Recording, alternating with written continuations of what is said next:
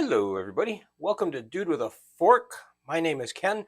On today's episode of Ken Cooks Stuff, I went to the store because I needed orange juice because I'm not feeling very well, and I did not feel like cooking. So, in addition to the orange juice, I also picked up a Boston Market Meatloaf, and I'm kind of excited to try this because I've heard really great things about Boston Market. So, let's get it out and take a look and get started. And this is what it looks like. So. It says home-style meals from Boston Market, meatloaf with signature home-style mashed potatoes and gravy. You get 19 grams of protein. It does say it's an excellent source of protein, and that does look pretty amazing. It does say serving suggestion. I never know what serving suggestion means. Enlarged to show quality. This is 14 ounces or 397 grams. This was $4.99, and then the store had them on sale for $3.69. But if you had their app and the coupon, you got it for $2.47. So that's about half off because Boston Market's a little bit pricier.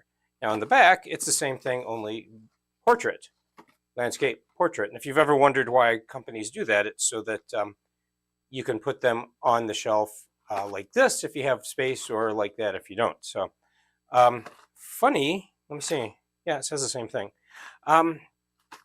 So anyway, long list of ingredients, but let's look at the nutrition facts. Serving size is one package. You get 440 calories. 200 of those are from fat. You have 23 grams, which is 35% of your daily fat value. 9 grams of sat fat, which is 45% of your daily value. A gram of trans fat. 65 milligrams of cholesterol, which is 22%. A whopping 1,600 milligrams of sodium, which is 67% of your daily value. So considering you're only getting about a fourth or less of your daily calories from this, but you're getting 2/3 of your daily sodium, this is not food you want to live off of. It's okay every once in a while. You don't want to live off it though. 40 grams of carbs because of all those potatoes, yum. 3 grams of dietary fiber, again, potatoes, and 3 grams of sugars, and there's our 19 grams of protein, which they're telling us is 30%. Not a whole lot of anything else here. Long list of ingredients. The cooked meatloaf is beef, pork, water, tomato puree, breadcrumbs, seasoning, tomato powder, cornstarch, cheese cultures, soybean oil, corn syrup solids, torula yeast, sugar, dextrose, onion powder, beef flavor. And a lot of stuff I don't put in my own meatloaf. I have a recipe for that. It does say potato flakes and granules, so these are not made from fresh potatoes. They're reconstituted. They do use half and half though, which is impressive. And a whole lot of other stuff that's in the gravy. Contains egg, milk, soy, and wheat. Despite that rather disappointing list of ingredients, I still do have some high hope for this. Over on my Patreon podcast, I talk about, I had an episode where I talked about a banquet meatloaf dinner that was terribly, terribly disappointing. So I have high hopes for this. I really do. So it says, remove tray from the carton, cut film to vent, cook on high 4 minutes, flip top patty and recover. Do not stir potatoes. See, do not stir the potatoes. The other one you had to, and I think that's kind of what messed it up, but they were very watery. Cook again on high, let stand 1 to 2 minutes. So cook again so it's 4, let stand 1 to 2 minutes. So in 10 minutes, we're going to be eating this. You can also do this in a conventional oven. I have enough issues eating out of plastic as it is, so I don't know that I would want to do that. Plus, you have to wait 30 minutes. And there, when you do it in the conventional oven, you do stir the potatoes, which is odd. So bake 30 minutes, stir the potatoes and recover, bake again 15 minutes. And then, of course, the caution, product will be hot. That's kind of the point of putting it in an oven. So anyway, let's get this out and see what it looks like. And it does feel like a rather substantial amount of food. Now this is the banquet one was not separate. So we do have 2 patties. We're going to flip one of these. We're never going to do that. It does say to cut the top to vent it. So I will do that. It's very shiny. And put it in there for 4 minutes. And then we'll come back and see what we think. So see you in 4 minutes. All right. So the directions said, it's funny. It says cook on high. Flip top patty and recover. Do not stir potato. It doesn't tell you to peel back the film like a lot of them do. So I guess if you could do this by using the force, that would be great. My question is, are we getting to this? And I gotta tell you, it smells really good. And this was kind of bubbling when I first pulled it out. So it says flip the top patty and recover, but it doesn't tell you to uncover. So this gravy over here was boiling. So do I cheat? It says not to stir the potatoes, but I just want to get a little taste. I have thoughts. We'll come back to that. So I'm going to put this back in for another 4 minutes, and then it says cook again on high. For 4 minutes. Let stand 1 to 2 minutes. So I'm going to let it stand for 2 because it's pretty hot. I don't want to burn my mouth. That's going to give me 6 minutes to ponder my life's choices. So see you in a bit. There we are. Let's zoom in a little bit. The question is, does it look like this? And well, obviously not, because these potatoes have gravy on them. So I brought a spoon, and we're just going to, there are 2 patties in here. We're just going to stir this gravy up a little bit and do our little drizzle thing. Kind of, I guess. I don't know. I'm not good at this.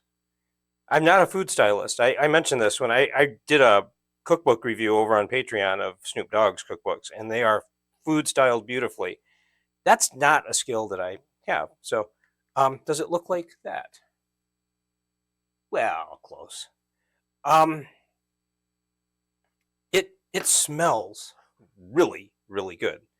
I'm just going to put that there for now. So I'm just going to go in. This patty does not have a lot of gravy on it, so I just want to get a taste of it without a whole lot of gravy.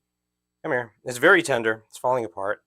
That's what it looks like up close. I did take the film off over in the kitchen because I didn't want to get a bunch of steam up in my camera. That looks pretty good. We'll see.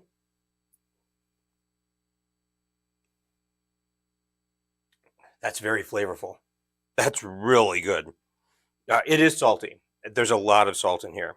Once you start to wean yourself from salt, you find you don't need as much of it.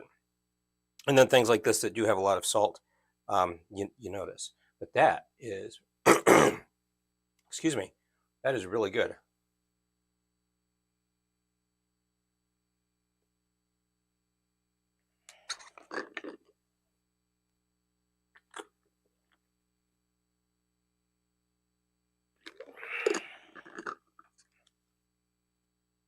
Now, I still find it's so odd that if you cook it in the microwave, you don't stir the potatoes.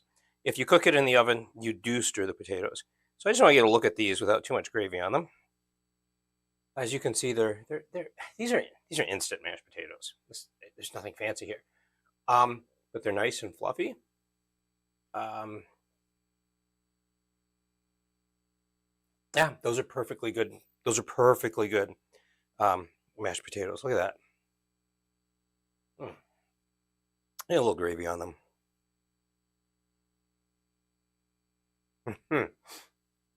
That's really good. Boston Market, I think, has earned its reputation. Wow, this is for $2.50. Now these, I did say these were. I checked my receipt; they were $4.87 regular price, and then they came down to between the sale and the coupon, they were $2.47 a piece. So that's not bad. That's not bad at all. That meatloaf is very, very tender, very moist. These potatoes are delicious. You know, and I don't have a prejudice against instant potatoes. I will sometimes make those. Sometimes that's it. That's it for dinner. Just mashed potatoes and gravy, and I'll just make instant mashed potatoes, and it's like that's all I feel like eating. You don't have to be fancy all the time. Wow, this is really good. Normally I put ketchup on meatloaf, but you know, we're doing the gravy thing here, and it's very, very, very, very workable. That gravy is nice. It didn't separate. It's very, very uniform. It's nice and thick. It's just super salty. It is so salty. But this is good. This is really good. So, if I were going to give this 3 words, how to describe this in 3 words? Kind of pricey. Boston Market is pricey. I am finding, though, you do get what you pay for with this. So it is pricey. It is delicious, though. It's absolutely delicious, with the exception of it's very, very salty. I'm going to need a big glass of water to get this down. But that's it. Kind of on the pricey side, very delicious, but also salty. I have no complaints. I might go back, and I think the coupon's good for 4 redemptions. And I bought another item. I can't remember what it was. I think it was chicken fried rice. So I might get another one of these meatloaf meals, though. This is pretty good. For 10 minutes in the microwave. 8 minutes and then 2 minutes of resting and thinking time. So that's not bad. If you've tried this and you have thoughts, please leave a comment down below. If you've tried other Boston Market meals, this is, I think, only the 2nd or 3rd time I've ever had something from Boston Market. So if you've tried others that you think I should try, drop a comment down below, and I will try to get my hands on them. So it looks pretty good, too.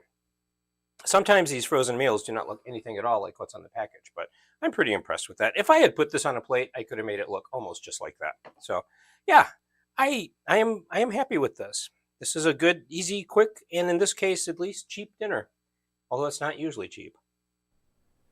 And that's it, folks. As always, thank you so much for watching. Links to free printable copies of any recipes here are down below in the show notes. Please like, comment, or if you'd like to see more of this kind of material, subscribe.